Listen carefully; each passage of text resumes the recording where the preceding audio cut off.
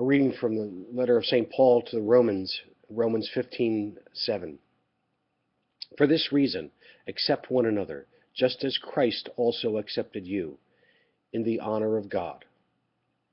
We are all so thankful to God for his willingness to love us unconditionally, to accept us without reservation. Take a moment and think about the intensity of that statement. Without condition, God accepts us and loves us.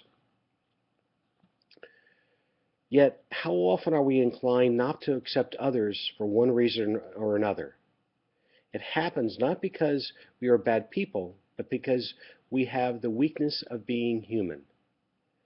The good news is, we can work to avoid this trait and work to be more Christ-like, accepting others for who they are without judgment.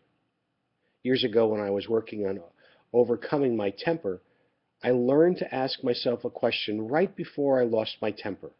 What's my point? I would ask myself this simple question. More often than not, I would catch myself and then realize I did not want to make my point the fact that I'd lost my temper, but in turn, I would calm down. While this doesn't always work, I still struggle with my temper.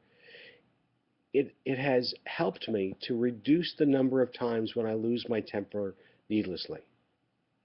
What if we were to ask ourselves the same question right before we were to fail to accept someone? What's my point? Is our point not to accept another and sit in judgment? Or is our point to do as Christ does for us and accept others without judgment? I know what God would ask of me. Peace.